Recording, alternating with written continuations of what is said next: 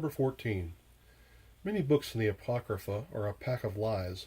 Some apocryphal books attempt to silence the scriptures in regard, in reference to the early life of Christ by giving a fancy sketch of his childhood years.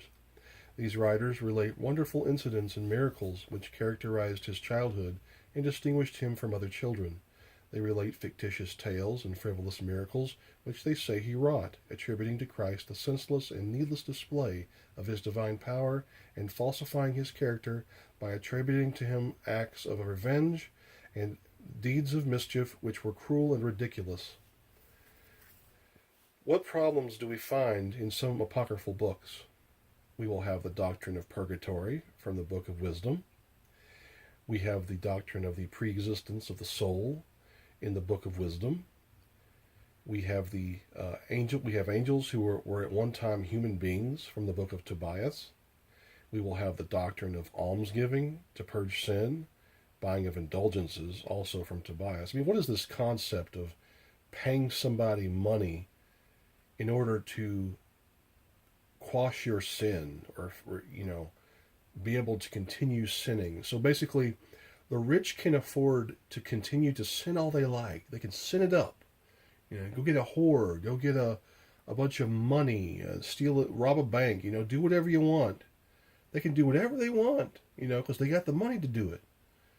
You think God is going to let us live in an eternal paradise where we are promised that sin and evil will never exist again and all this war and crap that we invented is not going to continue ever again?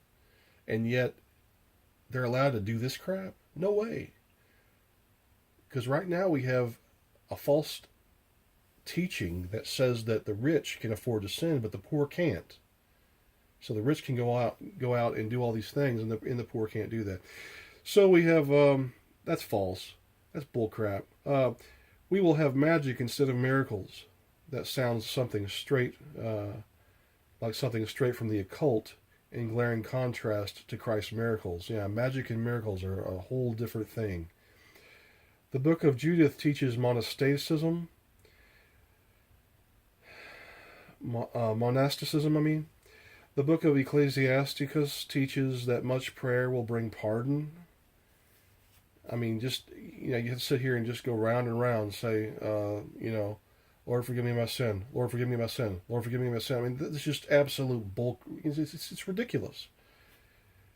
God understands what we're saying like we're talking to him in real life. He doesn't have to have us say something 50,000 times in order to be pardoned for something. The book of Baruch tells us the dead can pray to God. The dead are dead. The Bible says that the dead know nothing.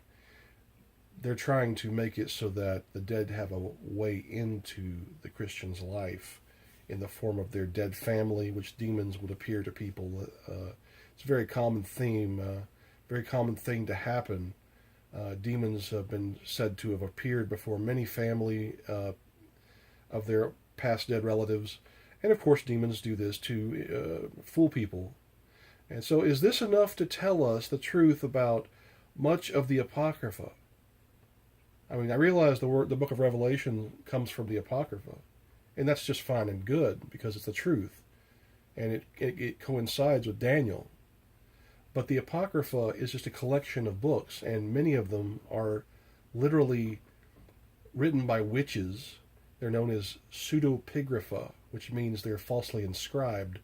The authors, these witches, would go around and say, oh, look at this book. Oh, man, I found a book. It was written by Christians. Yeah, it was written by the prophets. It was written by people in the Bible to try to pass it off and undermine Christianity. They would do this. So many of these books are lies, and you can tell that by how they contradict virtually everything in the Bible, the canon, the official canon. And the fact that they contradict so starkly and it renders the existence or the existing books that are in the canon as pure bunk. And what I mean by that is it's like, why even write them? It's like the two contradict so much that it's like there's no way that this many books by this many authors, which is in the canon, are going to be wrong when only a couple books say that they are wrong, versus all of the different authors and all of the different uh, uh, books that are in the official canon. So therefore, that's the reason they were thrown out. They are, and literally and clearly and discernibly false. These various books, such as the ones we just read, these two different books. Thank you.